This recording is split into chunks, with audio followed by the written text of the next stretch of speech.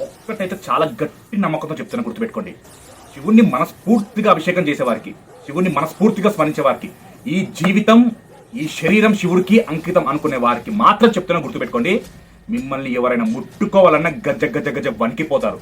ఎందుకంటే మిమ్మల్ని ముట్టుకోవాలంటే ముందు శివుణ్ణి దాటి మీ దగ్గరికి రావాలి. అలాంటి ధైర్యం ఏ ఒక్కరికి ఉండదు. ఎందుకంటే నువ్వు శివునికి పరమ భక్తుడివి.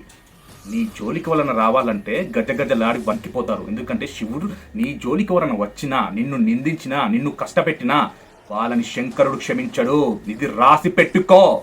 ఈ ఒక్క నమ్మకం నీ మనసులో, నీ గుండెలో స్థిరంగా ఉంచుకున్నావా, శంకరుడు నీకు తోడున్నట్టే, శంకరుడు నీతో ఉన్నట్టే, శంకరుడు నీలో ఉన్నట్టే.